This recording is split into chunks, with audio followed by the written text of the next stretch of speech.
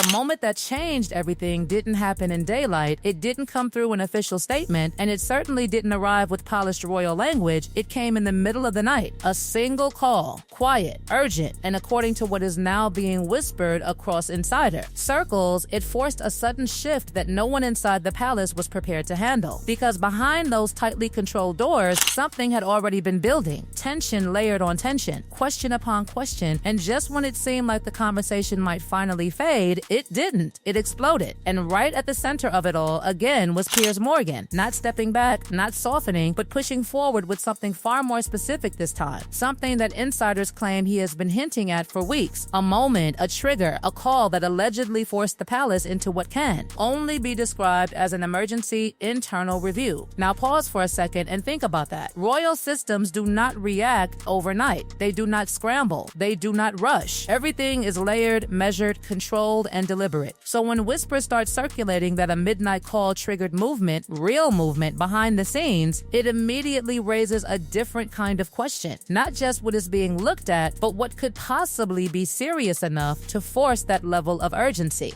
And this is where things begin to feel different, because the focus, once again, is not where you would expect it to be. Not on Prince Harry, not on Meghan Markle, but directly on Archie and Lilibet. The names that keep resurfacing, the details that refuse to settle, the records that seem complete on the surface but somehow leave gaps when you look closer. It's not one issue, it's not one claim, it's a pattern. And patterns are what create pressure. The same pressure that insiders now suggest reached a breaking point that night. According to what is being quietly discussed, the call wasn't random, it wasn't casual, and it wasn't ignored. It allegedly came from someone with access, someone close enough to the documentation, close enough to the timeline, close enough to raise a concern that could not simply be dismissed. And when that kind of concern is raised inside a system built on precision, it doesn't stay contained, it spreads. Quickly, silently, and with consequences. And suddenly, what had been circulating as public debate, titles, birth records, shifting narratives, started to be looked at differently, not as noise, but as something that might require verification. That word matters. Verification. Because verification means someone somewhere felt that what was already documented needed to be checked again. And that's where everything tightens. Because when you go back and look at the details that have been circling for months, even years, they don't disappear. They stack. The birth certificate change, the difference in announcement timelines, the absence of traditional signatures, the shift in titles, each one on its own easy to dismiss, easy to explain, easy to move past. But together they form something harder to ignore. And this is exactly what Piers Morgan has been pushing into the spotlight. Not a conclusion, not an accusation, but a question that refuses to close. Why does it not align? Why do small details keep returning? Why does clarity remain just out of reach? Because if everything followed the expected process, then nothing would need to be revisited.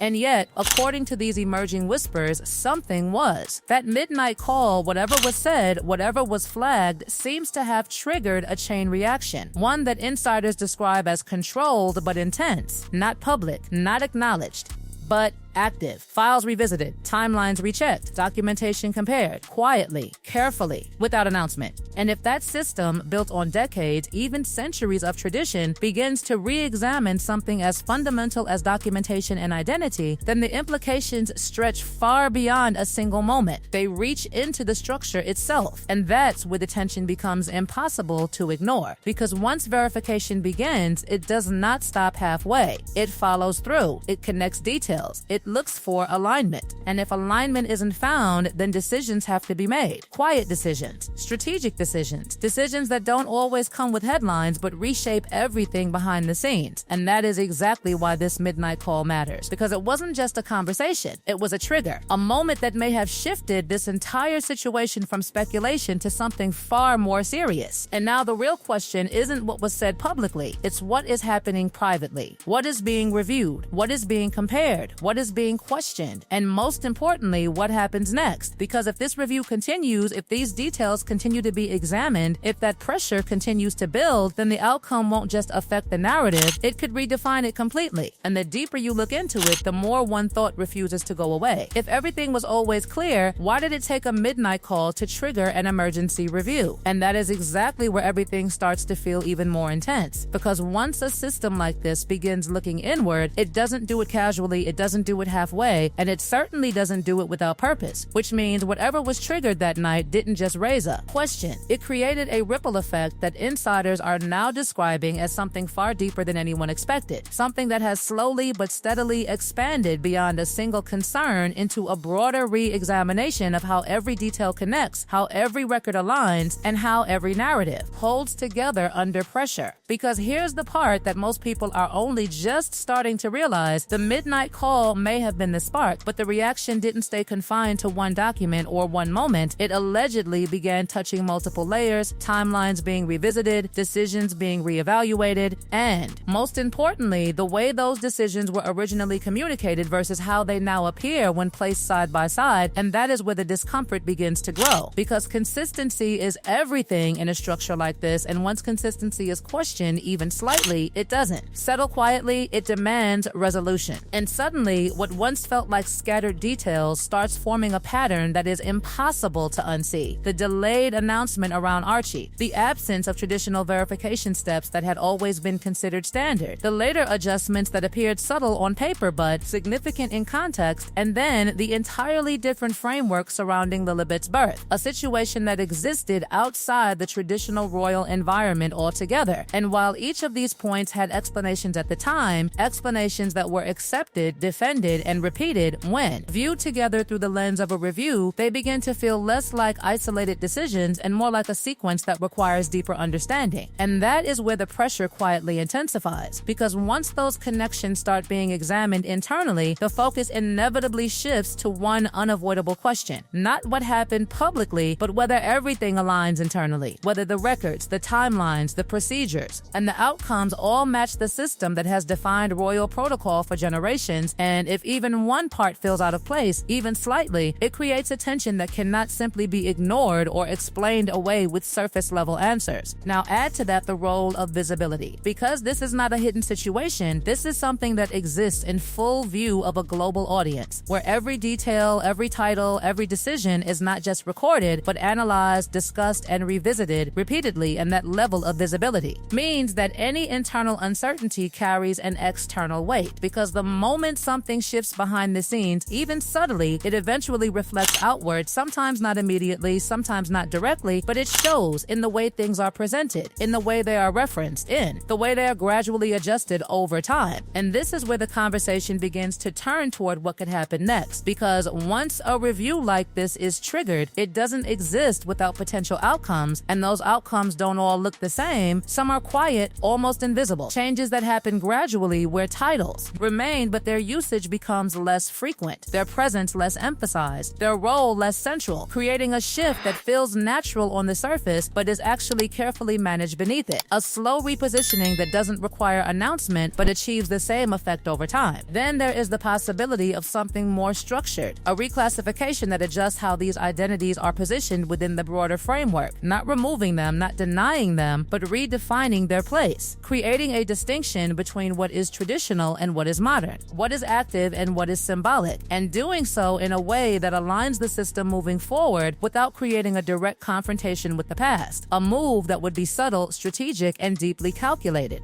And then, of course, there is the option that no one says out loud, but everyone is thinking: the possibility of a decisive action, something clear, something final, something that doesn't evolve gradually, but changes everything in a single step. And while that remains the most extreme scenario, the fact that it is even part of the conversation at all shows just how far this situation has moved from where it began. Because this was never supposed to reach this level of intensity. This was never supposed to become something that required internal review. And yet here it is, building quietly, steadily, and with increasing focus. And through all of this, one presence continues to push the narrative forward, not stepping back, not softening, but staying consistent, repeating the same central point: that when something does not align, it needs to be addressed, not avoided, not dismissed, but clarified. Because the longer it remains unresolved, the more weight it carries, and the more it begins to shape how everything else is perceived. And that is where the real shift happens. Because this is no longer just about Archie or Lilibet. It is no longer just about individual details or isolated decisions. It is about the integrity of a system that has always relied on clarity, consistency, and control. And when those elements are even slightly disrupted, it doesn't just affect one part, it creates a ripple that moves through everything, influencing how future decisions are made, how future roles are defined, and how the entire structure adapts to a world that is changing faster than tradition was ever designed to handle. And yet, despite all of this, despite the growing attention, the rising pressure, and the quiet movement behind the scenes, one thing remains unchanged: the silence, the absence of a clear, definitive response that brings everything together and settles the narrative once and for all. And that silence, more than anything else, is what keeps this story alive, because it leaves space for interpretation, space for speculation, and most importantly, space for the possibility that something is still unfolding, something not yet revealed, something still being examined piece by piece behind, doors that rarely open until the outcome is already decided. And that brings everything back to that moment, that call, that single point in time that may have shifted the direction of this entire situation. Because if it truly triggered what insiders are suggesting, then it wasn't just a conversation, it was the beginning of something much larger, something that has yet to fully surface, something that is still moving quietly beneath everything we see. And the deeper you look, the more one question refuses to fade. Not what has already been said, but what is still being kept out of view, and how much of the story is still waiting to be revealed once the silence finally breaks.